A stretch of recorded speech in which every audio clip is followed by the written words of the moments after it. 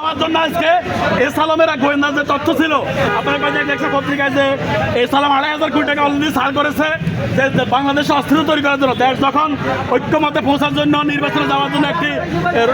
ট্রেনে উঠেছে, দেশ যখন পুরো জাতি এখন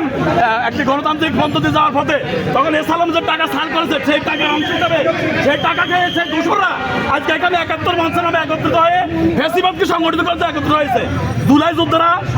এই এলাকার জুলাই যোদ্ধা যারা, তারা এই নিউজ পাওয়ার পরে তারা এসে এই ফেস্টিভ্যালকে আজকে আমরা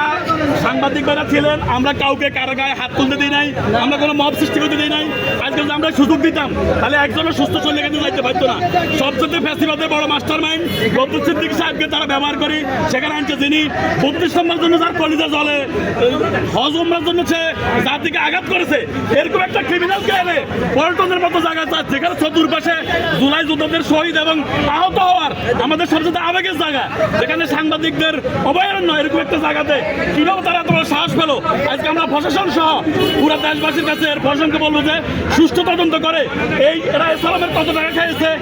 এর সাথে হাসিনার কি ষড়যন্ত্র জড়িত, আওয়ামী লীগের ষড়যন্ত্র, আজকে এই মাস্টার মাইন্ডারকে ধরলে সমস্ত ষড়যন্ত্র পরিষ্কার হয়ে যাবে ইনশাআল্লাহ।